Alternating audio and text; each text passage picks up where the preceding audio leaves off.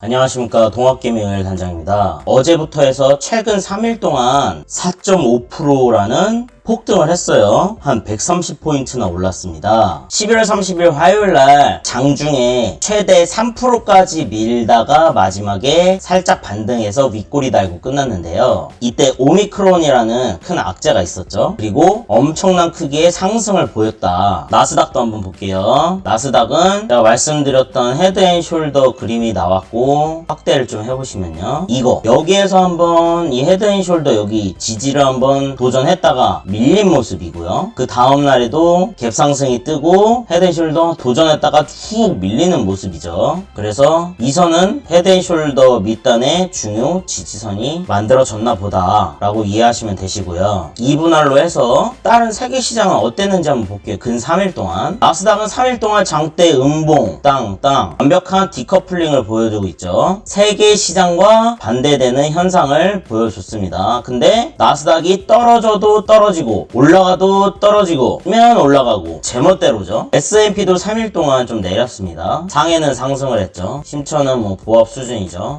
상생지수도 강보합 수준인데 우리는 엄청난 폭등이 나왔다. 프랑스도 좀 약했죠. 독일 닥스도 좀 약했습니다. 영국도 약했다. 호주도 약했다. 우리나라는 유럽 국가, 아시아 국가, 미국 다 약할 때 이렇게 나 홀로 폭등을 보여주고 남들 강할 때 이렇게 약한 모습을 보여준다. 우리나라 이렇게 청개구리처럼 왜 그럴까? 그걸 알고 싶죠? 일단 알기 전에 파생에 대해서 한 번 더 이해해 볼게요. 제 영상 중에 유튜브 메인으로 들어오시면 선물 옵션이란 코스피 200 지수 파생 상품의 숨겨진 비밀이라는 영상이 있어요. 주식을 하시더라도 파생 시장이 어떻게 돌아가시는지 아셔야 되니까 이 영상은 강추입니다. 꼭 시청해 주시기 바라고요. 앞으로 제가 시황 설명을 할 때 이해하기 쉽도록 먼저 파생 상품에 대해서 간략하게 말씀드릴 거예요. 현물, 선물, 옵션 시장이 있는데요. 현물, 이 주식 시장은요 1년 이상 장기 투자를 한다라고 생각을 하세요. 선물 시장은 당일 아니면 스윙 3, 4일 스윙 매매를 하신다 보시면 되고, 옵션 시장도 당일이나 스윙 매매를 하는데 차이점이 뭐냐, 선물과 옵션 시장은 큰 레버리지를 씁니다. 큰 레버리지를 쓴다는 거는 남의 돈을 끌어다가 투자를 해서 큰 수익을 번다라는 뜻이에요. 하이 리스크 하이 리턴입니다. 내 돈을 1000만원 밖에 투자를 안 하지만 실제로는 한 8천만원을 투자를 한 거와 같은 효과를 내는 거예요. 그래서 손실도 클 수도 있고 수익도 클 수가 있어요. 예를 들어 현물 시장에 삼성전자나 SK 하이닉스가 1% 상승을 했어요. 하루에 1%씩 상승을 했다고 쳐요. 그러면 현물 시장은 약 8% 정도 상승을 해요. 매수를 잡았을 때. 옵션 시장은 콜옵션을 잡았을 때 약 60% 정도 상승을 합니다. 그 이유는 레버리지가 높아서예요. 매일매일 삼성전자나 SK 하이닉스가 1%씩 5일을 상승을 했다 치면 주식으로는 5% 수익을 보지만 선물로는 매수를 잡았을 때 40% 수익을 볼 거고요. 옵션은 콜옵션을 잡았을 때 약 300%의 수익을 보실 겁니다. 그 이유는 레버리지가 높아서예요. 이제 설명드릴게요. 왜 세계 시장이 큰 상승이 없었고 보합 내지 큰 하락이 있었는데도 불구하고 왜 우리 시장만 이렇게 땡겨버렸을까? 우리 시장만 단독으로 이렇게 올라가려고 땡긴 걸까? 그래서 나도 매수 잡고 따라가야 되는 걸까? 그게 궁금하시죠? 도대체 이 시장이 내려가는 거냐, 오른쪽으로 가는 거냐, 위로 올라가는 거냐, 그게 궁금하시죠? 일단은 제가 말씀드리면 여기 다음 주 목요일 12월 9일이 선물 옵션 동시 만기일이에요. 그렇기 때문에 이 큰 세력들한테는 매우 중요한 시기입니다. 그래서 월, 화, 수, 목까지는 사려야 돼요.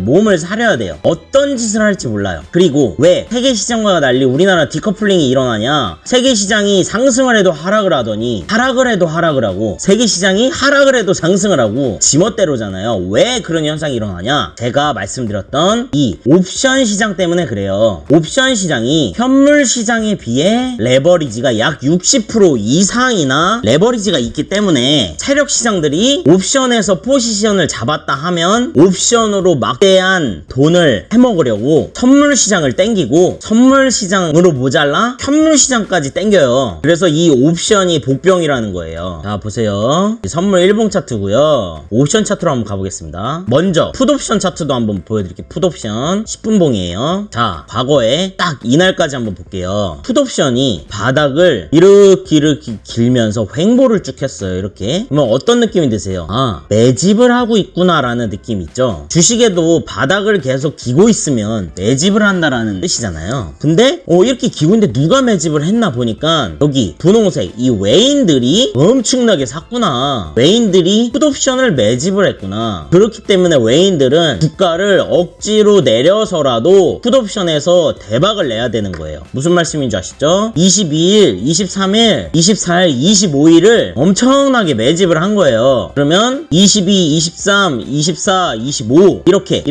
4일 동안 엄청나게 풋옵션을 매집을 하고 풋옵션의 레버리지가 상대적으로 큰 풋옵션에서 대박을 내기 위해 선물을 빵빵빵 때리면서 아니면 22, 23, 24, 25 선물을 빵빵빵 때리면서 풋옵션에서 주가가 하락을 하니까 풋옵션에서 큰 상승을 이뤄냈다. 그래서 현물 시장에서는 여기 고점 대비 저점을 딱 그었을 때 약 6%가 빠졌는데요. 이 옵션 시장에서는 대략적으로 저점과 고점을 이어봤더니 약 1000%가 상승을 했다. 그래서 레버리지가 얼마나 높은지 아시겠죠? 그래서 외인이 풋옵션을 매집을 하니까 세계 시장이 어떻든 간에 우리는 갈 길 가겠다고 하는 겁니다. 그리고 반대로 콜옵션 한번 보여드릴게요. 콜옵션도 보시면 이렇게 매집이 나왔어요. 그리고 29일, 30일, 1일, 2일 이렇게 매집이 나왔습니다. 어떻게 매집이 나왔냐? 이번에는 기관도 엄청나게 사고 외인도 엄청나게 사고 개인만 이렇게 뺐죠. 외인이 콜옵션을 매집을 하니까 세계 시장이 어떻든 간에 29, 30, 1일날 29, 31일날 콜옵션을 매집을 하니까 세계 시장이 어떻든 간에 빵빵빵 하면서 또 엄청나게 크게 땡기면서 콜옵션으로 큰 시세가 나왔다. 그러면서 저점과 고점을 대충 이어보시면 약 1000% 정도 또 시세가 나왔어요. 콜옵션에서. 그래서 이 다음 주 목요일이 선물 옵션 동시 만기일이에요. 그렇기 때문에 이 만기날 행사를 하기 때문에 변동성이 엄청 심할 수밖에 없어요. 선물을 가지고 놀면서요. 어쩔 수 없는 재료로 쓰이는 겁니다. 레버리지가 큰 선물 옵션 중요한 날이기 때문에 어쩔 수 없는 재료로 쓰이는 거예요. 그래서 변동성이 이렇게 큰 겁니다. 큰 하락도 나오고 큰 상승도 나오고. 앞으로 어떻게 될 거냐? 일단은 현물 수급은 그렇게 중요하지 않습니다. 이제는 이 선물 옵션 만기일에는요, 선물과 옵션 수급이 중요하겠죠. 선물 옵션 만기일이니까 얘네들의 날인데 선물 옵션이 중요하겠죠. 당연히. 금요일로 한번 볼게요. 어제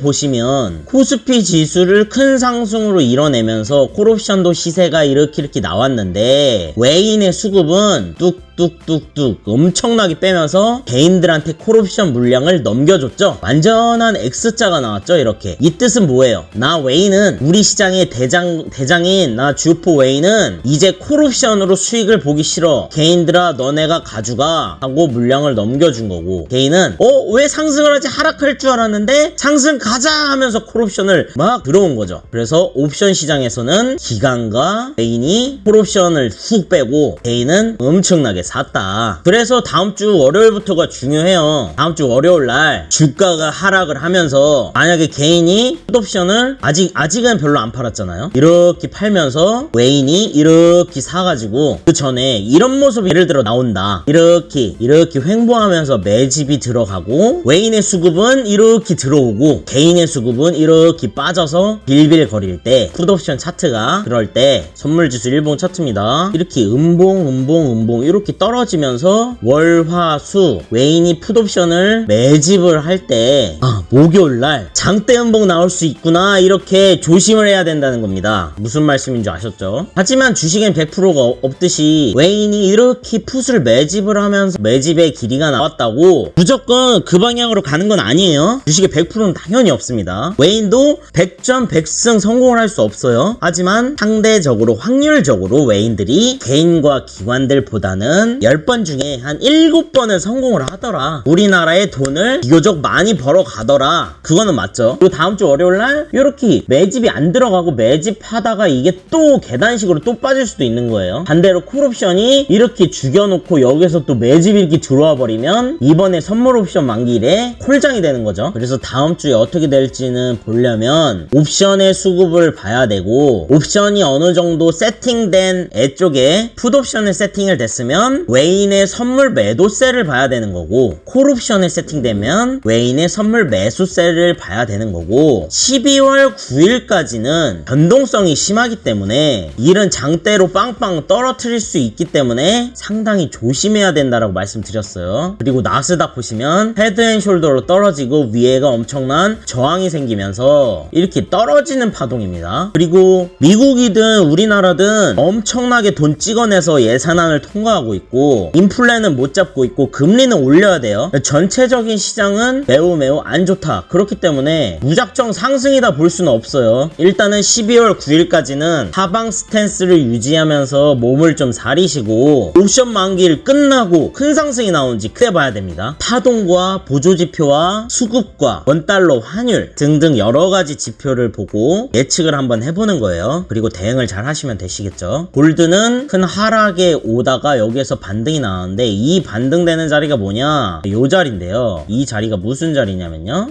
여기에서 이렇게 다 지지받고 나왔던 자리죠. 여기는 한번 이렇게 무너졌지만 여기 매물대가 있죠. 여기도 지지받고 나왔던 자리예요. 그래서 제가 저번에 말씀드렸듯이 금은 나눠서 매수하면 된다. 여기에서 한번, 그리고 이 추세 하단과 여기랑 마주치면 이런 데가 다 매수 자리죠. 그리고 금은 중장기로 들고 가시다가 수익 나시면 파시면 되는 거예요. 금은 장기 투자라는 말이 있죠. 그래서 지금 여기에 대한 매물대와 변곡이 걸려서 반등이 나왔다라고 보시면 되시고, 환율도 구름대에서 한번 밀리더니 도지가 나왔죠. 도지는 뭐라고 했죠? 이 한쪽 방향으로 움직이는 파동에 브레이크를 세운 거다. 그래서 반대 방향의 파동이 나올 가능성이 큰 캔들이다라고 말씀을 드렸어요. 환율도 강하게 좀 올라온 모습, 그리고 추세에 맞고 한번 밀리는 모습이죠. 나스닥 선물 차트를 보시면요, 나스닥은 너무 강해서 예상하기가 힘들지만 추세 하단을 딱 그어보면 여기에서는 이제 반등이 나올 수 있는 추세 지지가 나오고요, 여기 구름대 선행 스팬도 있기 때문에 엄청난 대폭락이 나오기보다는 여기에서 한번 반등을 주고 쌍봉을 이런 식으로 걸고 떨어지겠다. 만약에 떨어진다면, 아니면 여기서 반등을 주고 여기서 또 떨어져서 이렇게 짜다가 이런 식으로 또 올라갈 수도 있죠. 근데 아직 테이퍼링도 금리도 올리지도 않은 시점에서 큰 상승보다는 앞으로 큰 하락이 예상이 된다라고 말씀할 수 있습니다. 이상으로 정리를 하면, 여기 찐 바닥을 찍었다, 이제 대세 상승이다 라고 무작정 따라가시기보다는 아직은 여러가지 악재 속에 불구하고 선물 옵션 만기일이 곧 있으면 다가오기 때문에 큰 변동성이 나오고 있구나. 그래서 12월 9일까지는 몸을 좀 사려야겠다. 내일부터라도 하락파동으로 빵빵빵 깨고 풋옵션 매집하고 빵 해가지고 푹 떨어질 수 있습니다. 충분히 가능해요. 저도 이렇게 가능하다라는 뷰를 보고 있어요. 선물 지수로 보시면요, 370에서 반등이 나왔는데요, 360까지도 가능하다라고 생각을 합니다. 이번 선물 옵션 만기일에요. 이 360을 수치를 제가 예상한 거는 대략적으로